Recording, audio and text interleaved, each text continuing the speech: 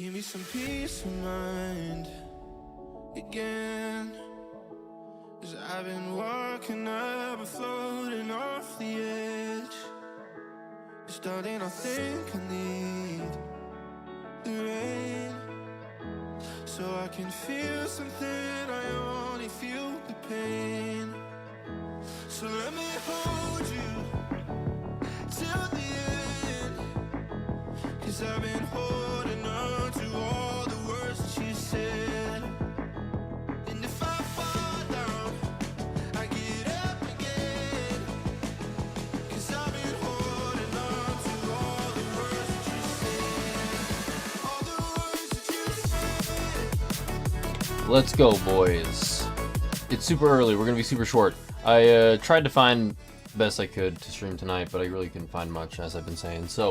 But there was an article that came out that, I don't know if Nurkic was interviewed or what, and he said some good things about the Jazz, so I figured we can go over that. But ideally, if we can keep it under like 10-15 minutes, we're going to do that. So we're just going to quickly cover this, and then, yeah. Shout out to Nurkic. He said a lot of like nice things in general. There wasn't like anything, I don't know. How do you put it? It's just like, it's refreshing, basically. It's refreshing to hear what he said about the Jazz. So, figure we can sit here, we can read it. I would hope that there would be more stuff coming out over the next week or two for us to talk about, but I don't know, man. Maybe we just have to go over every single Darren Peterson highlight, every shot he takes for the next 3 months. I don't know. But, alright, here's what he says, dude. Absolutely beautiful. Let's see. He says, let's see, this is on basketballnetwork.net.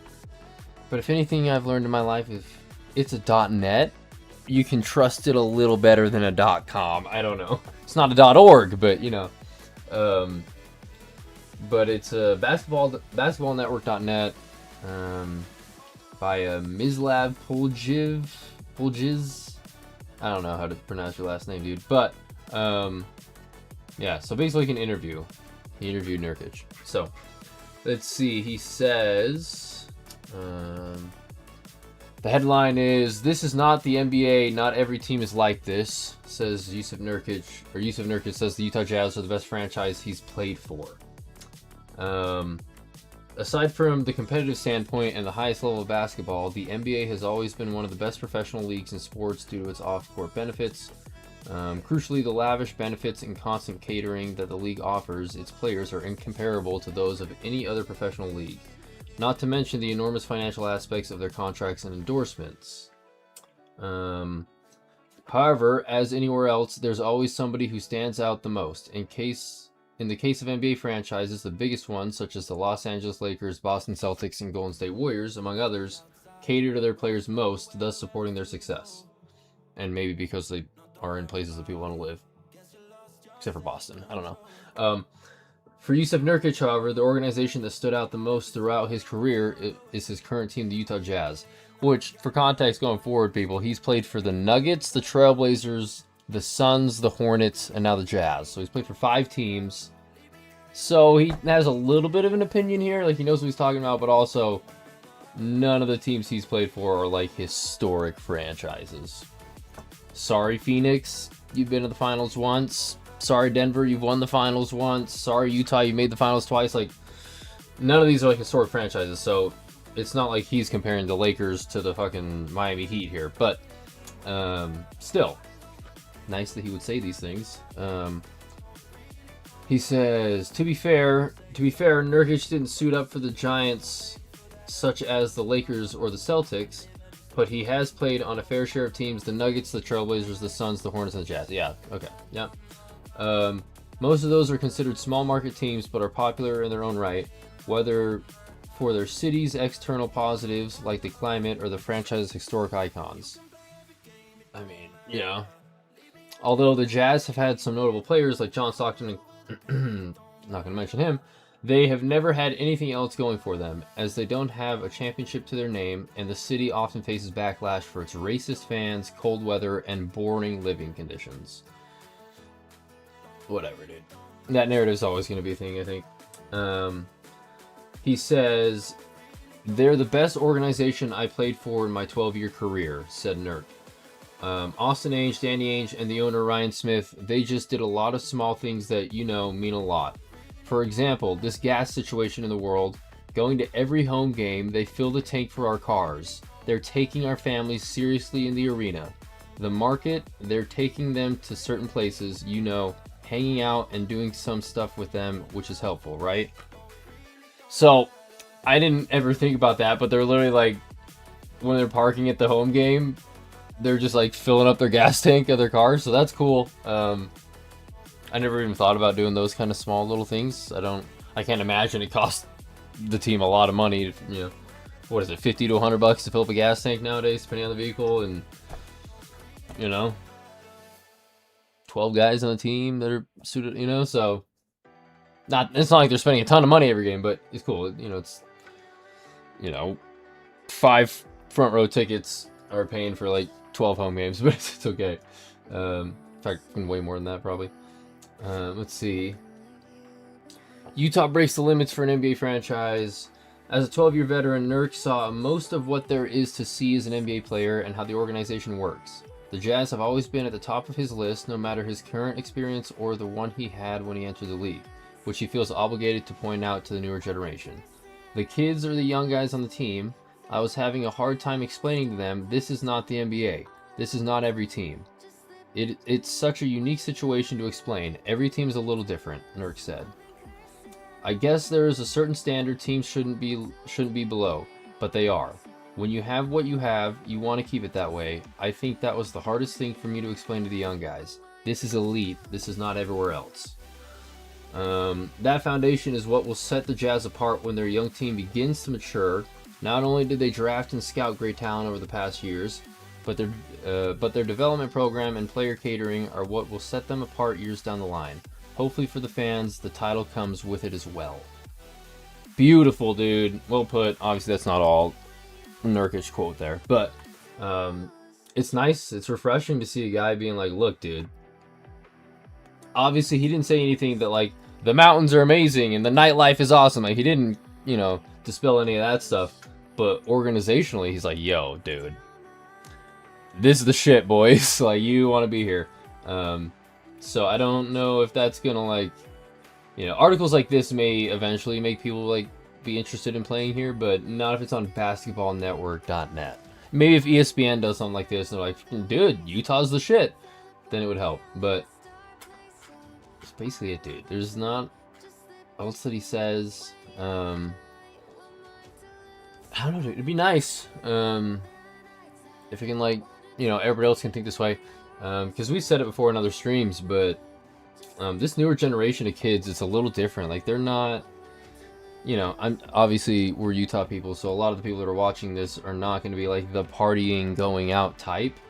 But like most kids that are like 21, 22, 23, 24, they're like of legal age, aren't really like going out to the clubs as much as they used to. Maybe like in LA and Miami and New York and all those places, Chicago, I'm sure.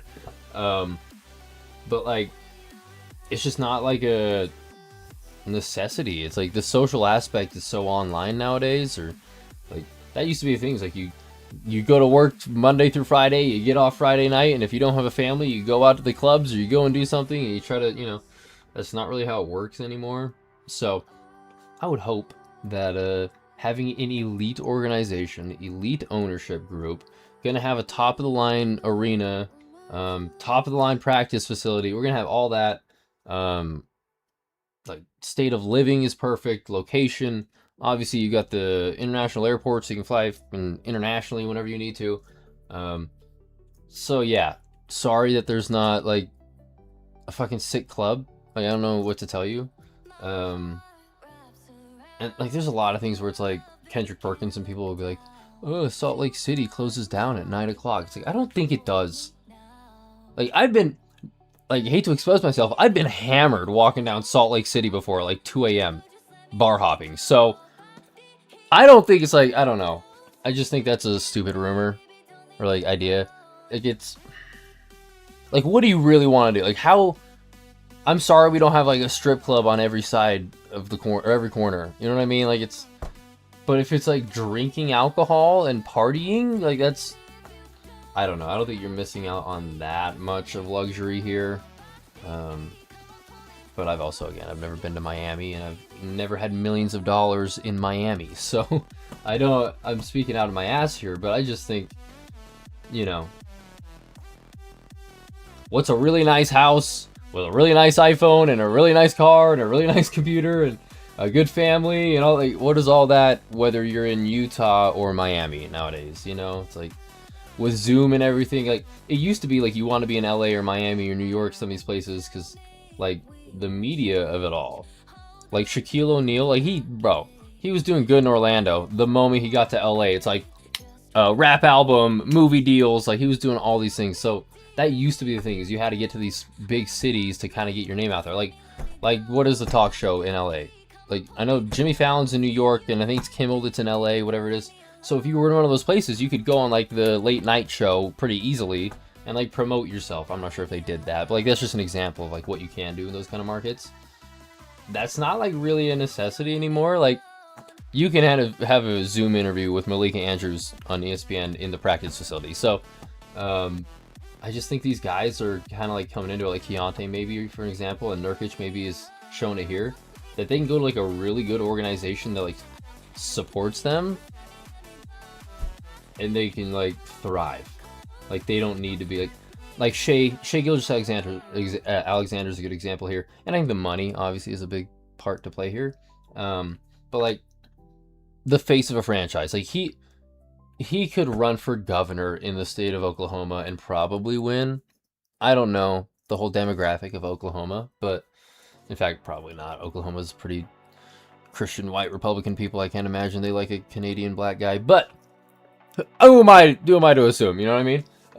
People are assuming that, you know, people in Utah soak. So I'm just being fun, making jokes here. But you know what I mean? Like, I think these guys are starting to realize that you can go dominate, be the cover of Slam magazine, whatever it is, perform well, be an MVP, be talked about on ESPN every day, and play in a city like Oklahoma City or Salt Lake City or Portland or, you know, name it, Charlotte, those kind of places. So, like, honestly, if Charlotte was a competent organization, like, if they were anything near the Jazz, they would be really good, I think.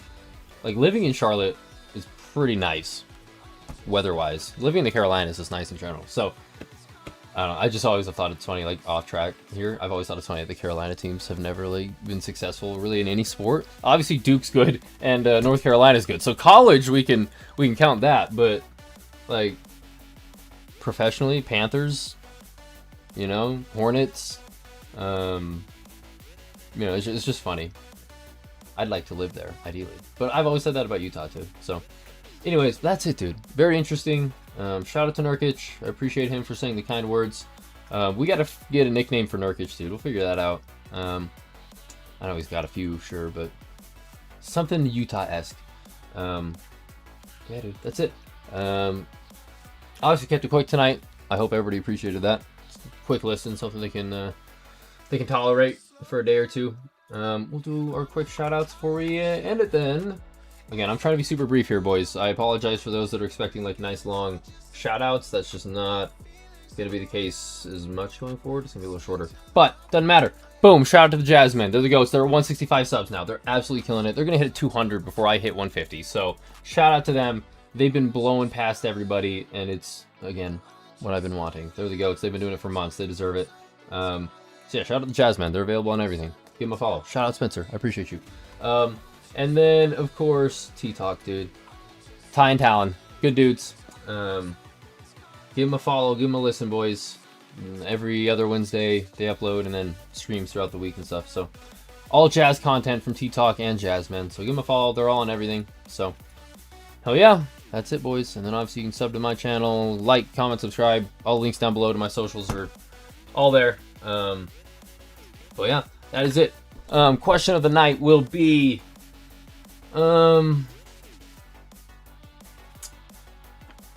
do you think any major star will ever ask to be traded to Utah? And if who and when? Like, for example, Luka Doncic in 2031.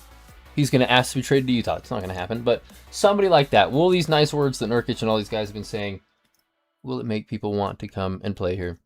That's the question. And then the word of the night is going to be fucking mac and cheese, dog. Microwavable mac and cheese. Whatever you want. Mac or cheese. And if you type mac and cheese, then you get, like, I don't know. You'll find a wallet on the side of the road that has, like, no money. Like, you're not stealing any money from anybody. But there's, like, a little punch card. And all 10 punches are used. And you get to exchange it for, fucking, I don't know, a free Lamborghini. So, you're going to get a wallet that's empty, but also a free Lamborghini. But you have to put in a little effort. But that's it, dude. Type in mac and cheese, you get that. And let me know if you think who and when will they come to Utah. That's it, boys. I appreciate you. I am going to stream Minecraft real quick, just because I want to play a little bit of Gameage for 30 minutes to an hour, if not longer than that. So, if you're into that, that'll be available after this, but if not, dude, more jazz content tomorrow. In fact, yeah, I think I'll stream tomorrow, or tonight. I'm not sure. I think that'll be the case, though. But yeah. That is it, boys. I appreciate you. Have a good night. In case I don't see you, good afternoon, good evening, good night. Mwah. I love you. I love you. I love you. The rain. So I can feel something, I only feel the pain. Whoo. Till the end. Woo.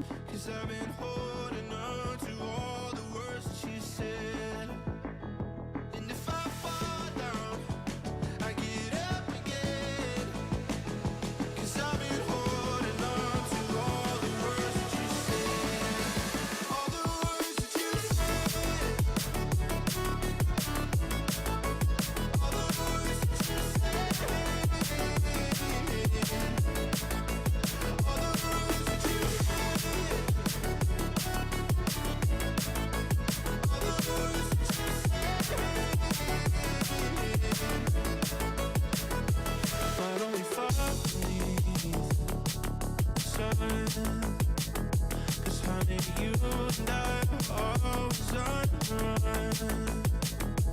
Gonna be loving you.